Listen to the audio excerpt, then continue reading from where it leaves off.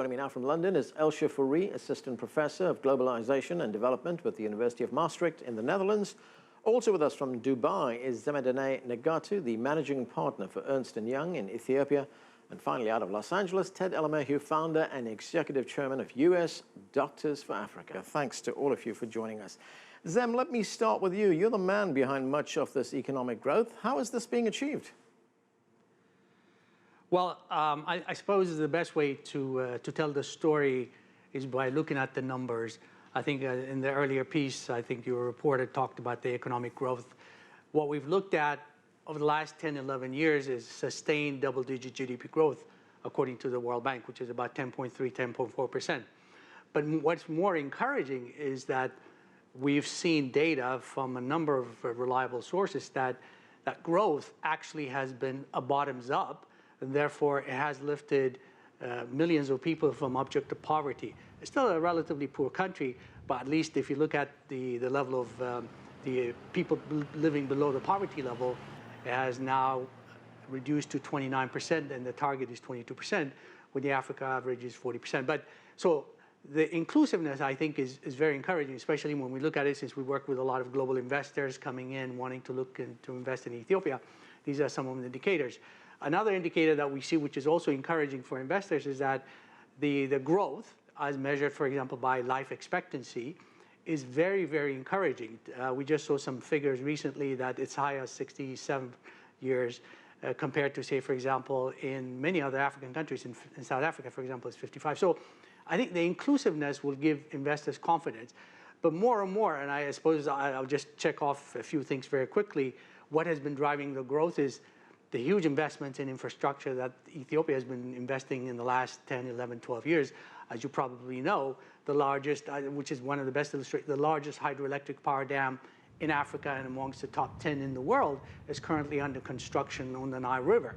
Those kinds of huge infrastructures have been able to produce very strong GDP growth, which will ultimately help benefit investors, again, which is our area of focus. The other area, of course, which is very encouraging, which has been able to sustain the growth, is the demographics. The median age in Ethiopia is 20, a country of 94, 95 million people, average age of 20, which means that there is a very large labor pool which can be deployed for investment, and that is starting to produce results. The other marker we have is, of course, urbanization. So these are some of the indicators over the last several years which have helped sustain a 10.3% GDP growth.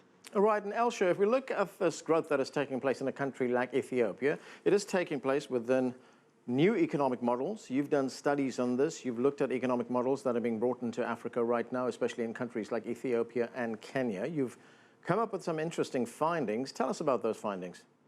Well, so yes, when we use the term model, it sometimes makes it sound as if, sort of entire strategies are being transferred, piecemeal between countries. And that's, of course, not the case. Countries adapt and change different strategies that come from abroad.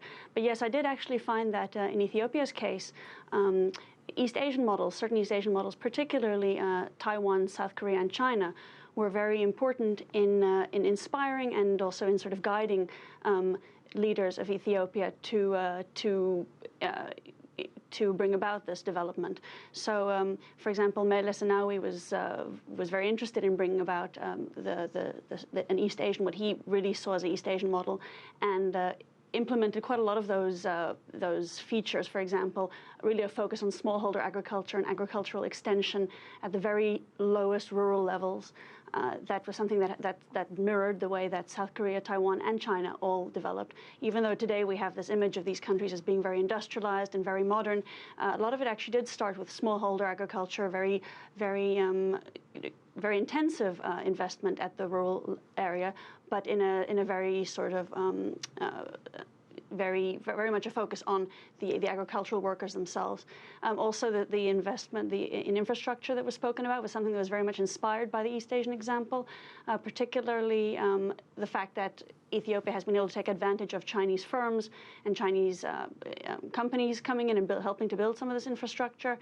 And there are, quite a few other lessons you could take. Definitely there's this this move towards setting up special industrial zones and export processing zones in parts of Ethiopia. And Ethiopia's Eastern Industrial Zone is seen as a kind of litmus test or a epicenter of this potential new let's say, move towards export-oriented manufacturing that Ethiopia is trying to bring about. There are also some, let's say, difficulties that arise in this process, which we can talk about later. But you can really see that a large part of how China has sought to develop has now, in a sense, been taken and adapted by Ethiopia itself. Right, Ted, when we look at economic growth, we can talk about investment, we can talk about GDP figures, etc. But there are some real-world benefits for ordinary people, aren't there? We heard Zem talk about the fact that life expectancy is increasing in a country like Ethiopia. What are the other indicators that we're seeing for normal, ordinary people on the ground? Absolutely. Well, let's think back a little bit and kind of remind ourselves where Ethiopia was just 25, 30 years ago. We wouldn't have this conversation back then because the country was known for poverty, hunger, and lots of problems. But the people of Ethiopia, within Ethiopia and all over the world, are just sick and tired of their country being called as such, and they really have mobilized globally. And the country's current government have adopted this brilliant strategy of taking the country from where it was, a few decades ago to the most explosive economy on the continent. And that is just an inspiring story of its own. Now you talk about the infrastructure and what have you, but healthcare in particular has been improving tremendously.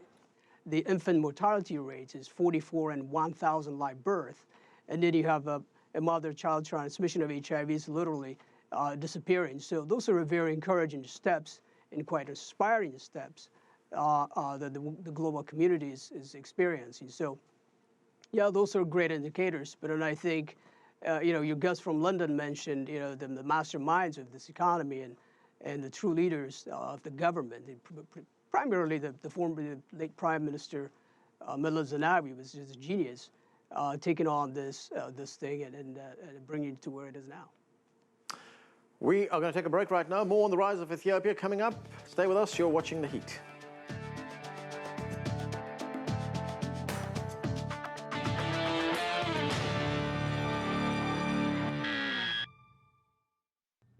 You can follow CCTV America across a wide range of platforms. Go to our website, cctv-america.com, for live streaming and up-to-the-hour reporting. As well as news, we have regular updates to our various programs.